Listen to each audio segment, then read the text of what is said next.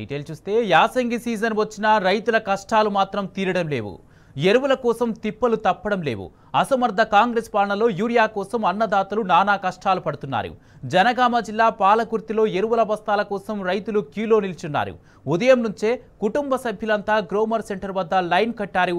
అయినప్పటికీ యూరియా బస్తా దొరక్క రైతులు ఇబ్బందులు పడ్డారు. కాంగ్రెస్ పాలనలో ఇంకెన్ని రోజులు యూరియా కోసం గోసపడాలని రైతులు ఆవేదన వ్యక్తం చేస్తారు.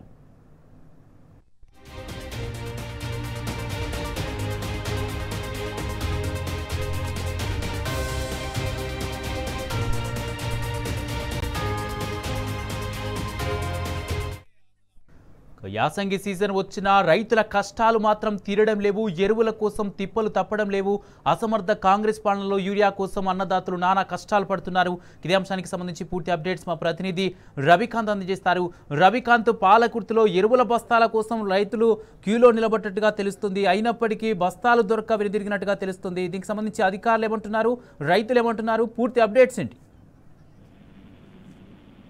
కుమార్, 2023 ఎన్నికల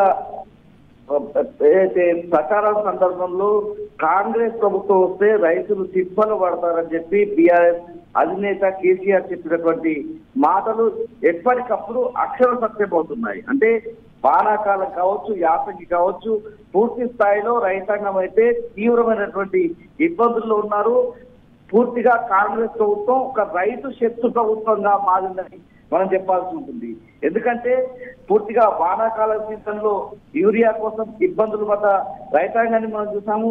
కంటి మీద కునుకు లేక పూర్తిగా యూరియా కొనడానికి అక్కడ ఉన్నటువంటి గ్రోమోర్ కేంద్రాలు అయితేనేమి, ఆగ్రోకి సంబంధించినటువంటి సెంటర్స్ కావచ్చు, పూర్తి స్థాయిలో ఎక్కడికక్కడ క్యూరైన్లు బారులు తీరి కనిపించినటువంటి సందర్భాన్ని గత వానాకాల సీజన్ లో చూసాము. నిన్నటి నుంచి యాసంగి సీజన్ సంబంధించినటువంటి యూరియా కష్టాలు కూడా రైతులకు కనిపిస్తా ఉన్నాయి. పూర్తి స్థాయిలో యాసంగి ఇటీవలే వానాకాలానికి సంబంధించినటువంటి పంట కోతలన్నీ పూర్తయ్యాయి. ఆ కొనుగోళ్ల ప్రక్రియ జరుగుతున్నటువంటి సందర్భంలో యాసంగి సీజన్ సంబంధించినటువంటి ప్రణాళిక, అంటే వ్యవసాయానికి సంబంధించి ఏదైతే పూర్తి స్థాయిలో ధాన్యం పండించడానికి కావచ్చు, ఇతర పంటలను సాగు చేయడానికి రైతాంగం ప్రిపేర్ అవుతున్నటువంటి సందర్భంలో యూరియా అనేది కీలకంగా ఉంటుంది. కాబట్టి యాసంగి సీజన్ సంబంధించిన యూరియా కోసం రైతులు మళ్ళీ బారులు తీరి కనిపిస్తా ఉన్నారు. నిన్న నర్సపేట నియోజకవర్గంలో ఉన్నటువంటి ఖానాపూర్ లో ఇదే పరిస్థితి కనిపించింది. ఇవాళ పాలకుర్తి మండల కేంద్రంలో ఉన్నటువంటి గ్రోమోర్ తీరి కనిపించినటువంటి పరిస్థితి మనకు కనిపిస్తా ఉంది. ఒకే లోడ్ లారీ వచ్చింది. ఒక లారీ లోడ్ అంటే 400 బస్తాలు ఉంటాయి. 400 బస్తాలు ఒక గ్రోమోర్ సెంటర్కి వస్తే అక్కడ దాదాపు 500 మందికి పైసలకు 1000 దగ్గరలో ఉన్నటువంటి అంతమంది రైతులు మనకు అక్కడ కనిపిస్తా ఉన్నారు.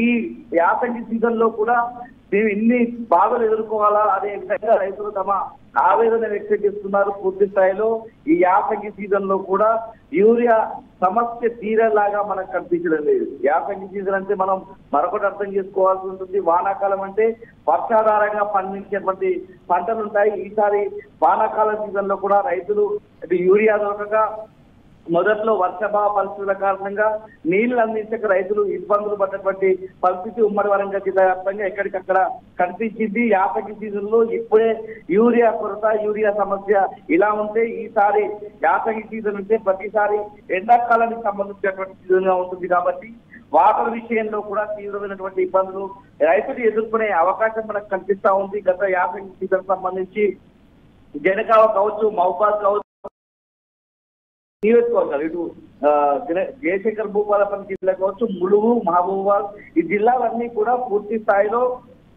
వ్యవసాయానికి నీరు అందక పశువులను మేతకు వదిలినటువంటి సందర్భం కనిపిస్తా ఉంది. ఇప్పుడు మనకు కనిపించేది యూరియా సమస్య మాత్రమే. భవిష్యత్తులో ఇంకొక 1-2 నెలలు అయితే పూర్తి స్థాయిలో యాసంగి సీజన్ సంబంధించినటువంటి నీళ్లు అందకపోయే ప్రమాదం కూడా కనిపిస్తా ఉంది. ఇప్పటి నుంచే రాష్ట్ర ప్రభుత్వం ప్రణాళికలు వేసుకొని రైతులకు సరిపడిన అంత యూరియా వాళ్ళ కష్టాలు లేకుండా నీళ్లు కూడా అందించాల్సినటువంటి బాధ్యత రాష్ట్ర ప్రభుత్వం మీద కనిపిస్తుంది. Right, thank you Ravikanth.